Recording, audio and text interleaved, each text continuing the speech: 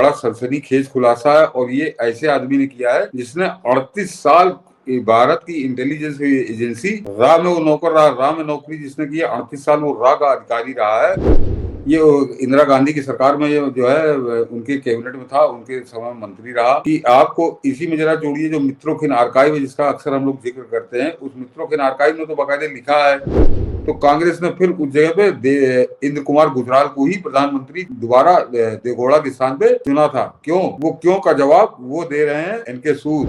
तो दिसंबर ये समझिए 1971 से, और जब तक प्रधानमंत्री बना है राजीव गांधी, तब तक लगातार रेगुलर पेमेंट केजीबी इसको कर रही थी। ये बात वहां की अमेरिकन पत्रकार ने लिखी है, येविगिना एल्ब्रेट्स।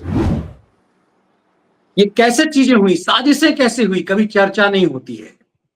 पिछले दिनों भी हम लोग इस पे विमर्श कर रहे थे, जब संसद के अंदर राज्यसभा में विदाई के दौरान प्रधानमंत्री मोदी ने भारत के उपराष्ट्रपति रहे भारतद्रोही एक जिहादी को कहा कि अब तुम मौत से अपना जिहादी पना करते रहना।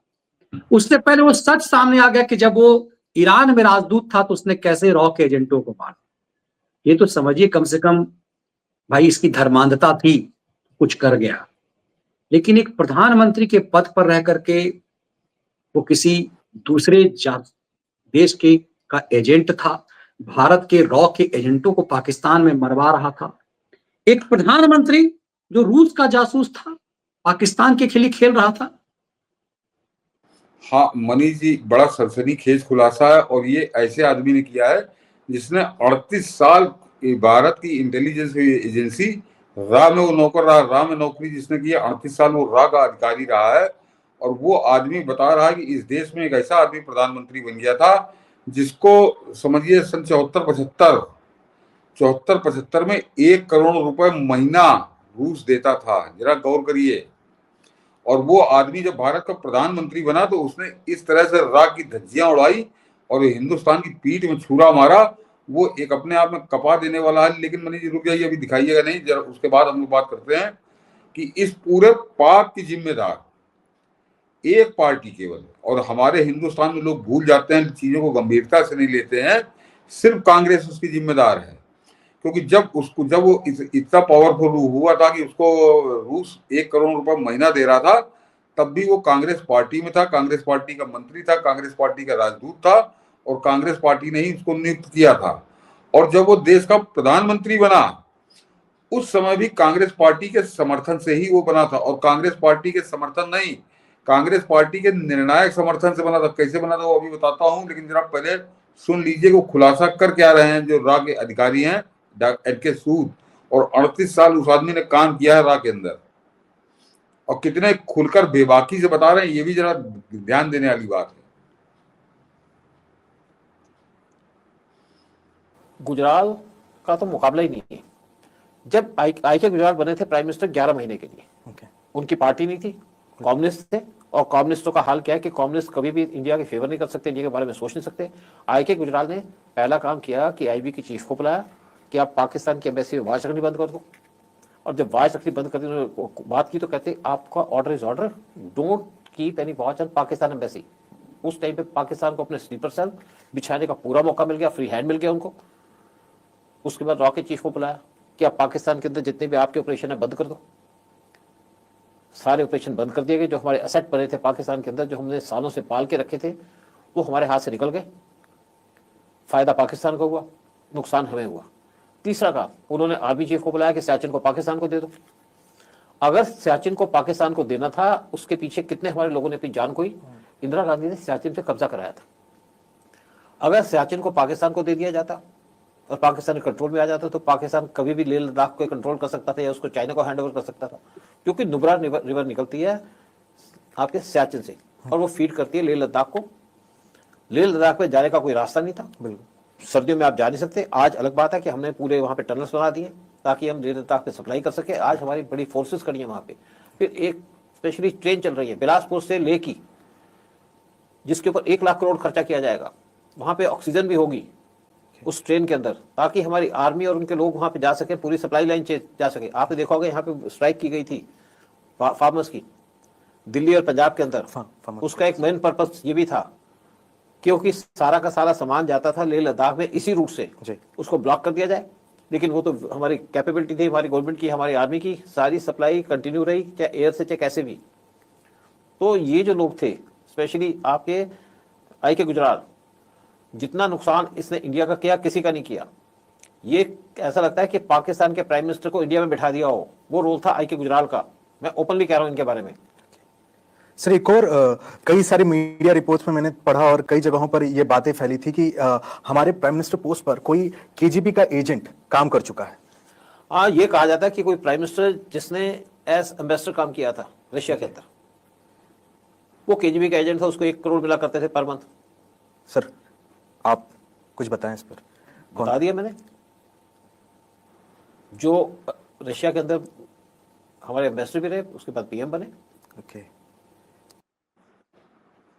इतना खोल करके रॉ का एक अधिकारी बता रहा है, इतना खोल करके बता रहा, और इसको जरा दूसरी तरीके से मनीष जी मिलाइए।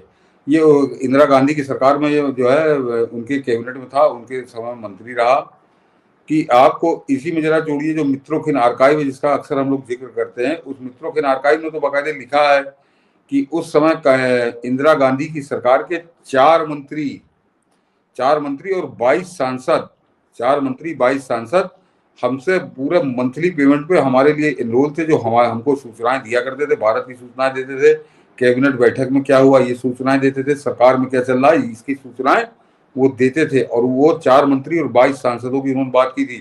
तो जाहिर सी बात है कोई विरोधी सांसदों को तो देते नहीं थे पैसा, वो विरोधियों में वो जो है कम्युनिस्टों को देते थे क्योंकि वो उनके पाले हुए कुत्ते थे वो। तो उनके अलावा तो वो जो बात आज एनके सूद बता रहे हैं, इन्होंने नाम लेकर खुलेआम बताया, एक तरह डंके की चोट बता रहे हैं पॉडकास्ट के अंदर कि 1 करोड़ रुपया महीना पाता था आई के। और ये इन्होंने कहा ना, जो इन्होंने पहचान बताई कि रूस में भारत का राजदूत था, उसके बाद वो बाद में देश का प्रधानमंत्री बना। तो इसको यार जरा समझिए कि केवल जितने भारत के प्रधानमंत्री हुए नेहरू से लेकर मोदी तक, उनमें केवल आई के गुजराल ऐसा है जो 1974 और 75 वो रूस के अंदर भारत का राजदूत भी रहा था, जो बाद में प्रधानमंत्री बना 1997 में। और ये मैंने कहा ना कि उस समय तो कांग्रेस में ही था, कांग्रेस ही पाला पोसा था, कांग्रेस की ही सरकार का था। जब ये पैसा ले रहा था तब भी कांग्रेस में था, और जब ये प्रधानमंत्री बना तो इसका जरा ये खेल जरा ज्यादा महत्वपूर्ण है कि मनीष जी ये संयुक्त मोर्चा का प्रधानमंत्री बना था जिस समय वो संयुक्त मोर्चा आई थी और देवगौड़ा को हटाया गया था, और देवगौड़ा को हटाने के बाद ये बना था प्रधानमंत्री गुजराल। तो उस समय उनके पास तो मोर्चा के पास तो कोई समर्थन था ही नहीं, उनके पास उतने सांसद ही नहीं थे। तो उनको बाहर से जो वो मोर्चे की सरकार ही कांग्रेस की बदौलत चल रही थी, और कांग्रेस ने ही गिराई थी देवगौड़ा की सरकार। ये भी जिनको राजनीति में जो उस समय सक्रिय रहे होंगे, जिन्होंने देखा होगा उसको करीब से, उनको याद होगा कि देवगौड़ा की सरकार सीताराम केसरी ने गिरा दी थी। उसी समय जब उसकी सरकार गिराई थी तो उसी समय देवगौड़ा का एक बड़ा वाक्य बड़ा फेमस हुआ था कि एन ओल्ड मैन इन ए हरी, वो उसने सीताराम केसरी के लिए कहा था कि बूढ़ा जल्दी में है। लेकिन जब वो देवगौड़ा गिर गए तो प्रधानमंत्री कौन बनेगा, सीताराम केसरी तो बन नहीं सकते थे, उनको सोनिया नहीं चाहती थी, तो कौन बनेगा उस संयुक्त मोर्चा के अंदर। ये फैसला किया किसने था?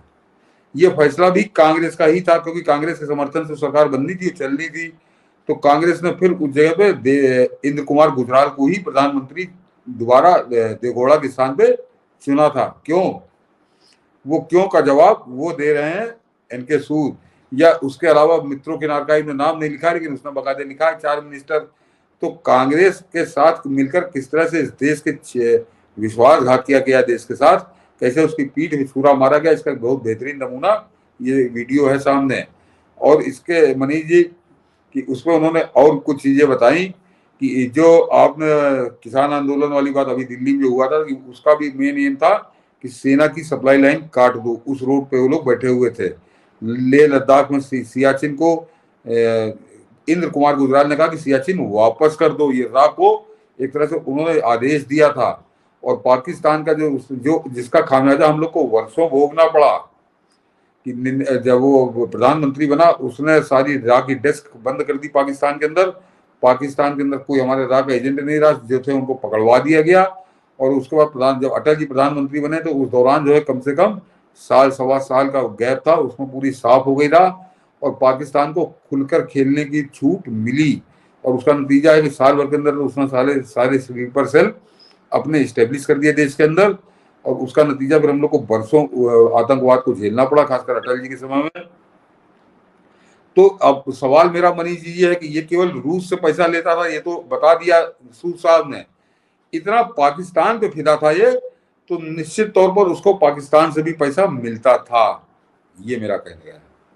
बिल्कुल, ये चौंकाता है कि कांग्रेस आखिर ऐसा कर, एक व्यक्ति को इससे पहले वो राजदूत रख चुकी हुई थी जो ईरान में था। मंत्री था ये कैबिनेट में था इंदिरा जी की। नहीं, ये आपको बता दूं कि इसको जो है संजय गांधी ने हटाया था।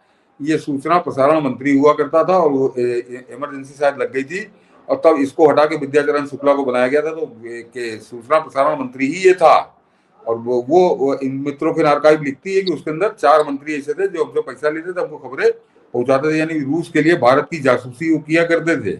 तो ये आदमी तब से है, और कांग्रेस ऐसे लोगों को पालती है। और कांग्रेस का जरा दूसरा पहलू है कि एक नहीं बनी थी, 2 मंत्री हैं जो प्रधानमंत्री बने और जिनको पैसा रूस से मिलता था। इसने इनका तो बता दिया, जो नाम मित्रों के आर्काइव ने नहीं लिखा था उसको आगे बता दिया एनके सूद ने। और जरा जो नाम एनके सूद नहीं बता रहे, उस नाम का खुलासा मित्रों के आर्काइव में एक तरह से हो चुका। मनी जी वो दूसरी खबर दिखा दीजिए, मैं उसका ट्रांसलेशन करके मैंने लिखा है और उसको आप पढ़ लेंगे।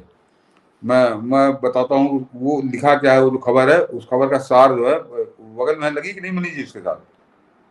लगी है। इंदिरा गांधी, सोनिया गांधी वाली ना, राहुल गांधी, राजीव गांधी। ये वाली ये खबर दिखाइए। मैं बोलता हूँ इस खबर का सार क्या है, इसको जरा समझिए। ये इकोनॉमिक टाइम्स में छपी थी पूरी डिटेल में कि 1992 में भारतीय समाचार पत्रों टाइम्स ऑफ इंडिया और द हिंदू ने रिपोर्ट प्रकाशित की, जिसमें आरोप लगाया गया कि राजीव गांधी को केजीबी से धन प्राप्त हुआ था। रूसी सरकार के इस खुलासे की पुष्टि की और सोवियत वैचारिक हित के लिए भुगतान को आवश्यक बताया।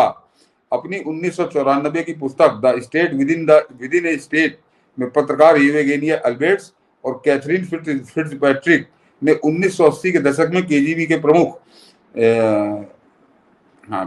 प्रमुख विक्टर शेब्रिकोव द्वारा हस्ताक्षरित एक पत्र का हवाला दिया। पत्र में कहा गया है कि केजीबी ने गांधी के साथ संपर्क बनाए रखा, जिन्होंने एक नियंत्रित फर्म के वाणिज्यिक सौदों से अपने परिवार को होने वाले लाभों के लिए केजीबी के प्रति आभार व्यक्त किया। इस चैनल से प्राप्त धन का एक बड़ा हिस्सा उनकी पार्टी को समर्थन देने के लिए इस्तेमाल किया गया था। अल्बर्ट्स ने बाद में कहा कि दिसंबर 1985 में शेब्रिकोव ने सोनिया गांधी और राहुल गांधी सहित, जरा ये पोर्शन मनी जी सबसे खास है कि 1985 में शेब्रिकोव ने सोनिया गांधी और राहुल गांधी सहित राजीव गांधी के परिवार के सदस्यों को भुगतान करने के लिए सोवियत संघ की कम्युनिस्ट पार्टी की केंद्रीय समिति से प्राधिकरण मांगा था। भुगतान को एक प्रस्ताव द्वारा अधिकृत किया गया था और यूएसएसआर मंत्रिपरिषद द्वारा अनुमोदित किया गया था, और 1971 से भुगतान लगातार किया जा रहा था। दिसंबर 2001 में सुब्रमण्यम स्वामी ने दिल्ली उच्च न्यायालय में एक रिट याचिका दायर की। तो ये दूसरा किस्सा है, तो स्विट्जरलैंड वाली मैगजीन का है। तो दिसंबर, ये समझिए 1971 से, और जब तक प्रधानमंत्री बना है राजीव गांधी, तब तक लगातार रेगुलर पेमेंट केजीबी इसको कर रही थी। ये बात वहां की अमेरिकन पत्रकार ने लिखी है, येवेगिना अल्बर्ट्स, और ये मित्रों के आर्काइव में इशारों में इसका संकेत किया गया है। तो एक राजीव गांधी और दूसरा इंद्र कुमार गुजराल, और दोनों का एक तो मतलब कांग्रेस का जन्म ही है, कांग्रेस के अलावा आप सोच नहीं सकते। तो मेरा मनीष जी, जो नैरेटिव वाली बात होती है, जो आप नैरेटिव सेट करने की बात करते हैं, तो ये भाजपा को इनके खोपड़ी के बाल नोच लेने चाहिए कांग्रेसियों के, कि ये बताओ कि इंद्र कुमार गुजराल के बारे में जो कुछ इनके सूद ने कहा वो क्या सच है, जो मित्रों के आर्काइव में लिखा है वो क्या सच है, और जो ये state within the state Yevgenia Albats तो अपनी किताब में बाकायदे दस्तावेजों के सहारे लिख रही है कि राजीव गांधी, सोनिया गांधी और नाबालिग में बच्चे का भी नाम है राहुल गांधी का, कि इनको 1971 से लगातार रूस से पैसा मिल रहा था। तो ये एक तरह से रूस से पैसा लेके भारत की जासूसी करने वाले लोग ये इस देश के प्रधानमंत्री बने, और उसमें से एक राहुल गांधी का बाप है। राजीव गांधी जिसका नाम है, जो इस देश का प्रधानमंत्री बना, जिसका नाम वो अपनी किताब में लिख रही है, वो राहुल गांधी का बाप है।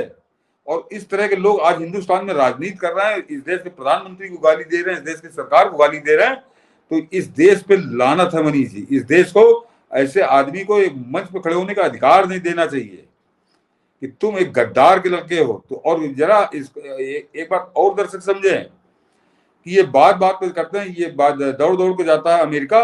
वो गंगाराम सत्यनारायण बढ़ई जो है वो भी अमेरिका में रहता है, लेकिन येवेगिना अल्बर्ट्स जिसने किताब लिखी दस्तावेजों के साथ, आज तक एक मुकदमा नहीं किया है किसी ने पलटकर येवेगिना अल्बर्ट्स के से कोई सवाल नहीं पूछा है, किसी कांग्रेसी ने औकात नहीं हुई पूछने की, क्योंकि येवेगिना अल्बर्ट्स ने जो अपनी किताब लिखी है उसमें इतने दस्तावेज हैं कि ये नंगे हो जाएंगे अगर इन्होंने ऐसे। तो किताब अंग्रेजी में है, महंगी किताब है, तो उसको लोग पढ़ेंगे नहीं, तो बहुत कम लोग जानते हैं। और हमारे यहाँ चर्चा कुछ और बातें को होती है, शाम को 5 से 11 जो चर्चा होती है वो आप जानते हैं टेलीविजनों की बहस का स्तर क्या है।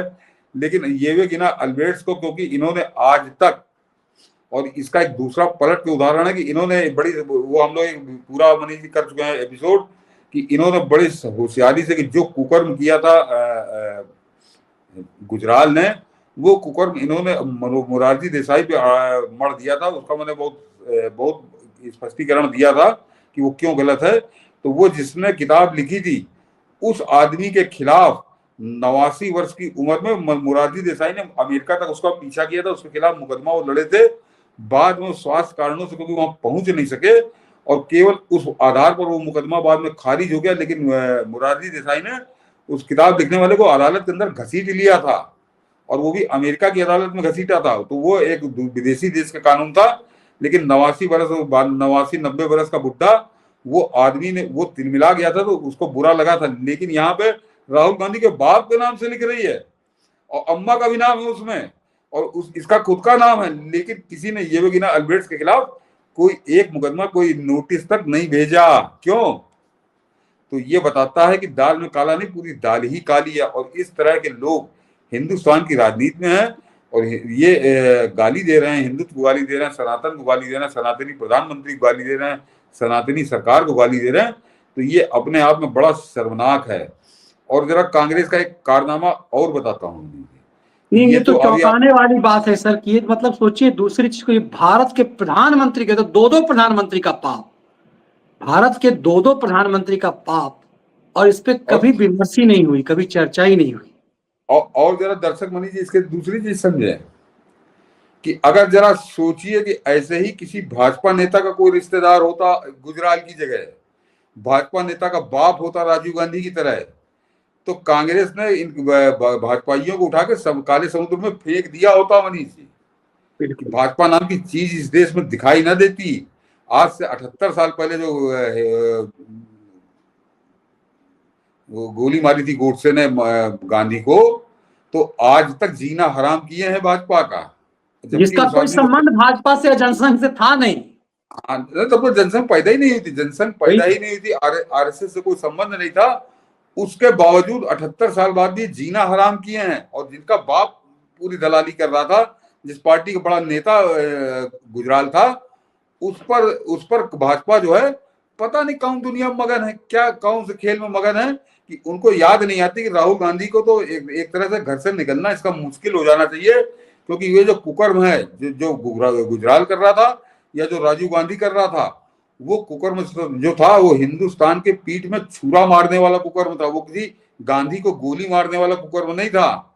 और ये लोग मौज ले रहे हैं, ये राजा बन के बैठे हैं। और जनता को तो खैर मैं क्या कहूँ कि जनता बोलूंगा फिर छोड़िए।